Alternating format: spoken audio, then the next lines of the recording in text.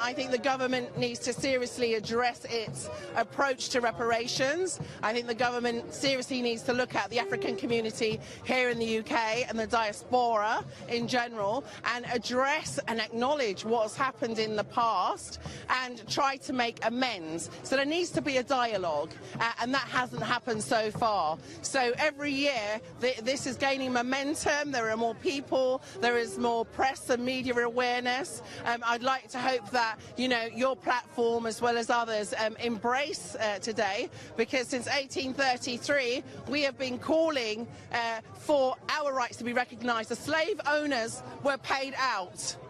Now it's 183 years since that act. What do you think is going to change today? What do you think makes today's more important than perhaps years before?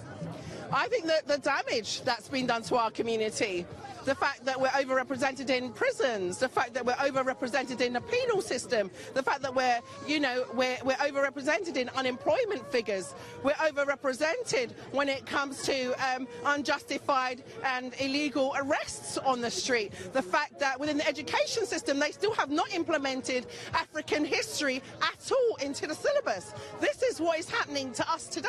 We are suffering from post-traumatic slavery syndrome and post-traumatic slavery disorder as a result, a direct result of colonial slavery, and the colonial debt is still imposed on our countries, on our families today. So we still feel that pain. We suffer from discrimination, we suffer from racism, direct and indirect, in every walk of life, everywhere we go, in everything we do. And it's a painful situation to wear these chains today, because it's 200 years that my ancestors, 200 miles along the Ghana coast, there are castles and bastions that were brought up to imprison my ancestors, and this has failed to be recognised, and that includes all of the European countries, not just here in the UK. So this is about honouring our ancestors and what's happened to them and what is still happening to us today, because it's the continuum that has failed to be recognised that we need to address